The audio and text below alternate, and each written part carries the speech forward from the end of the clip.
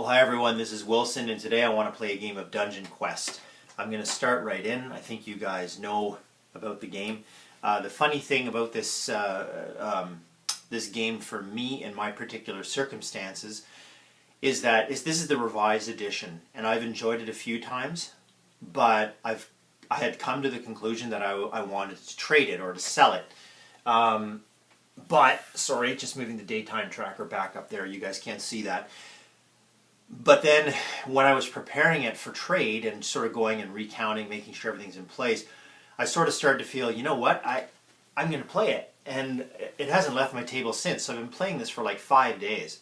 So I thought, well, what the heck. So the other thing I'm doing is a direct YouTube videotaping, because it's probably, in a sense of being streamlined, it's probably the absolute quickest way to do it. So the editing is going to suck. I mean, mistakes and all, right? Warts and all. You're going to get what you're going to get.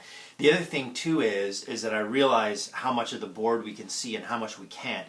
So I'm going to try to bring my hero, Lindell, I'm going to try to bring him from his starting point down here in, what's it called? Dragonfire Castle. I'm going to try to bring him from here to the center and then out. And if I have to move the board, I will. Otherwise, typically I do come straight back because I find that route to be often a known route is better than the route I don't know. All right, so sometimes we go that way. Okay, so I'm using Lindell or Lindell. I think I get one of these cards. I don't know what they're called. It's some kind of item or something like that, but I think I get one. This one is called the Rune of Opening. So it says discard at the end of your status phase to ignore all doors and portcullises during that turn. Oh, I see. Okay, so ignore them. So if there's a door or a portcullis, I can go through it. Like I don't have to draw from the door deck. Okay, that's good. All right, there's my little catacomb guy. So that'll go there. I've got 15 life. My dice are ready to go. So let's see how far we can get. I've got the rules here. I don't think you guys can see those either. I'll try to remember that the camera's actually doing about this spot here. Okay, so Lindell, we're going to move into this spot. Okay, buddy? Let's get going. All right, that's a good start. It gives me options. So I move into there, and it indicates by the lamp that I do need to draw from the dungeon deck. Apparently I'm in a crypt. I am going to ignore that. I mustn't forget to move my daytime tracker. What I find in this game, it's not so much that I die all the time, although I do a lot, but I run out of time a lot. So anyway, I'll try to keep mindful of my day tracker. Wish you guys could see the whole board, but it's just not going that way. No big deal. All right, so yeah, that's one turn over. Second turn, move the day tracker again. And I'm going to go in this direction. This direction I kind of have to go. And we get webs. Okay, I think webs, I think I can move immediately. Spiderweb says, immediately move again, ignoring doors and portcullises. If you exit through any hall other than the hall you entered, test your strength. And if you succeed, enter the chamber normally. Because it wants me to immediately move again. So I think if I succeed in my strength test, then I actually get to draw another tile through any of these doors that I want. So it'd be one of these two. Okay, so Lindell has a strength of 6. So I need to roll on 2 dice. I need to roll a 6 or lower. And, oh, that was so close. Anyway, so I got a 7. Now the thing about Lindell, he's got his special ability that says each time you gain 1 or more determination tokens, gain 1 additional determination token. So that has been really awesome. So he gains 1 for failing his test, and he gains a second one because of his skill. All right, so I got a couple of tokens there. So I'm still in the webs. I'll move to day 3. Or not day 3, yeah, 3 in the morning. I don't know what. I moved the daytime tracker up, and I will test my strength again. This time I got a 7. I need a 6, So I'm going to spend a determination token to move through the webs. I am going to move straight ahead. And that was an interesting choice because it's going to give me Catacombs. But before I get to the Catacombs, I must draw a dungeon card. It's another crypt, which I will also ignore. I know that's not very exciting for a playthrough if I go around ignoring cards, but my general strategy is to get to the dragon's lair as quickly as possible, and then depending upon the time I have left, make my way out. So I am going to go into the Catacombs. I'm aware of their deadliness, but I'm going to do it because I want to get over and up. So, for the Catacombs, we remove Lindell, and we put this guy in there to indicate the direction we are going to go, and we're going to go this direction. Hopefully, it's not going to be crazy long or crazy far. Okay, so let's move to the 4th hour, and I draw from the Catacomb deck. It's a hidden trap. Traps are almost universally deadly. It's a crossfire trap. It says arrows fire from the walls. So I have to test my armor. If I fail, I suffer a number of wounds equal to the amount by which I fail. Okie dokie. My armor is low. It's only a 4.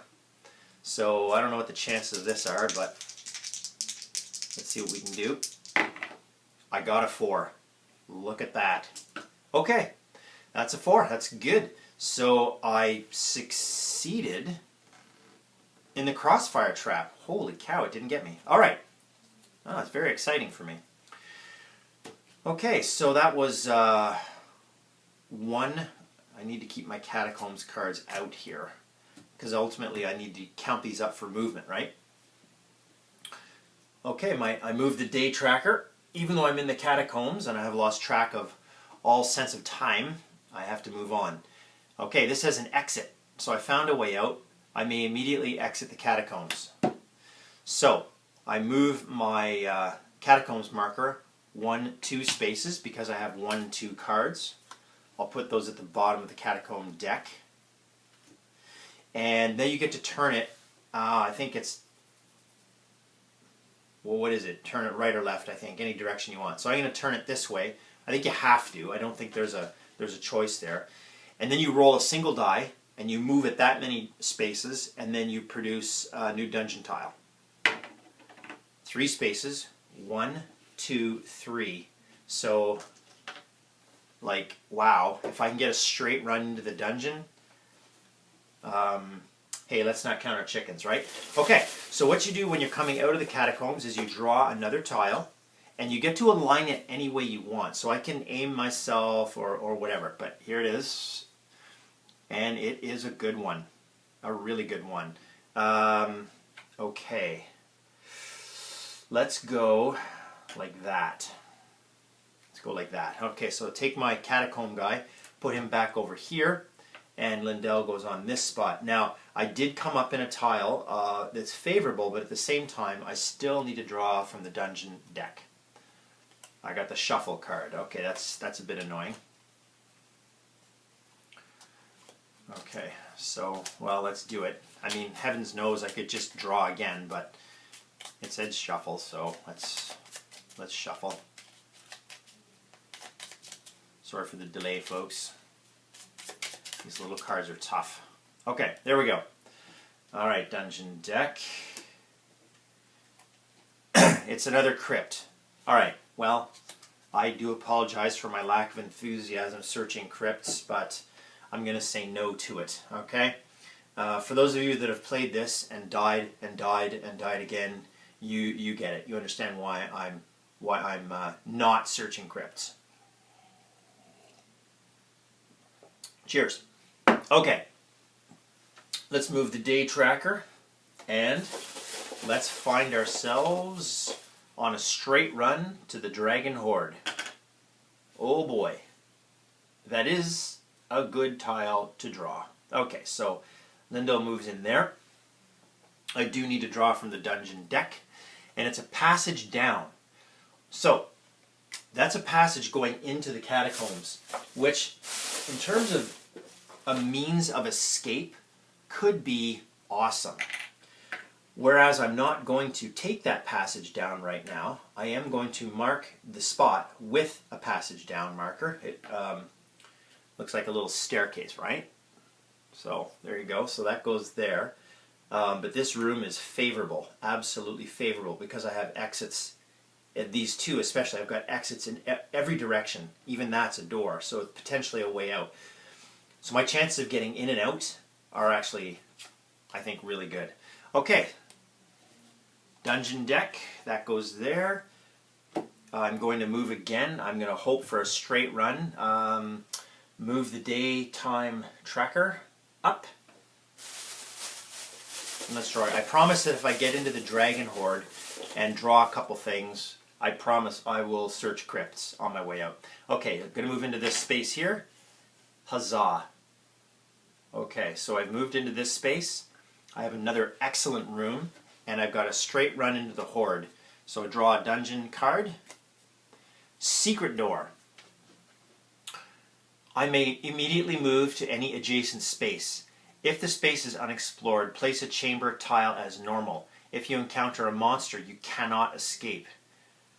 Okay, well frankly, it says it's a secret door. This has 4 exits in this room, but the card says I may immediately move to an adjacent space. So I immediately move into the dragon's den. If the space is unexplored, well, it is, place a chamber tile as normal. Well, I don't do that. And if you encounter a monster, you can't escape. Well, I don't want to escape. All right, secret door. So I've made it all the way to the chamber with full life, and I have not had to fight any monsters. Very exciting. Okay, so we move the tracker up, and do I get to pick a dragon card upon entry? Let's see if there's a.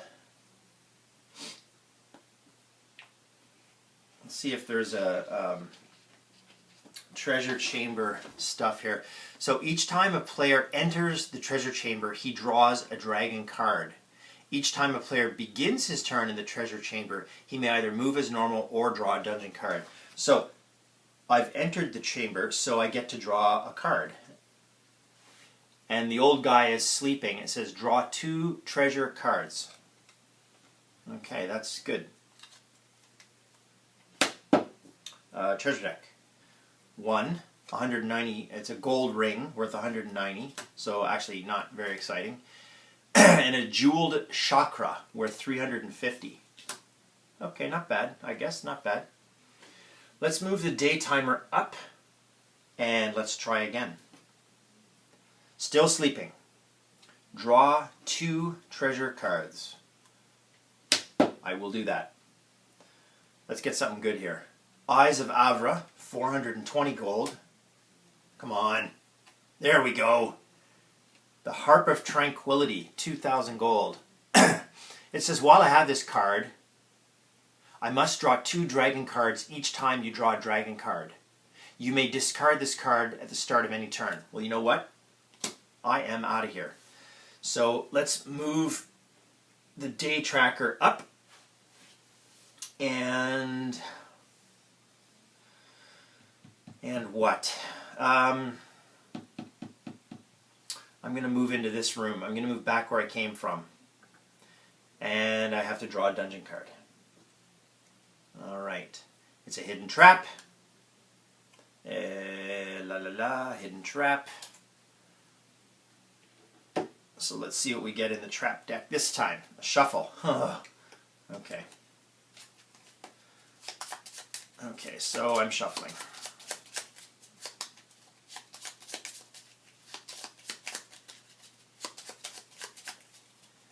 Okay. Trap. A swinging blade. Test armor. If I fail, I die. Okay. So I'm having the game of my life.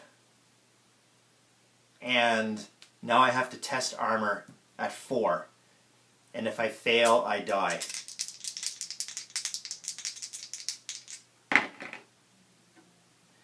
Okay, well, my chit doesn't do me any good. I've got all kinds of treasure. And I'm dead. I rolled a 7. Friends, you've just witnessed a very depressing venture into Dragonfire Castle. What an awesome, awesome start. I was only 1, 2, 3, 4, 5, 6, 7, 8. I was on my 9th day, and the swinging blade cut Lindell in half, even as I tried to make my way out. Wow. Okay, well, I guess I enjoyed that. I apologize for not searching the crypt more often. Let's see what they said. Well, that one was 90 gold just for looking in the crypt. And the next one was a hidden trap. I don't know. Whatever. Some were good, some were not. Well, thanks for watching. This is Wilson. Maybe we'll have another kick at the cat here at some point soon in the future. The thing about this game is once you get it set up, it's really easy to reset. In fact, even setting up isn't that big of a deal. Am I still going to trade this game? Sure. There's a couple things I'm looking at. Leaving Earth really intrigues me. The new Harry Potter game really intrigues me, but I'll just buy that one. Conquest of Planet Earth, I think that's the name of it. There's a few things that totally intrigue me, so I'll just drop some names in there. If you are interested in some trade value for a game that is in excellent, almost really gift-worthy condition, leave something in the comments, or and we can email, or find your way over to Board Game Geek and give me a GM. For now, this is Wilson saying, so long.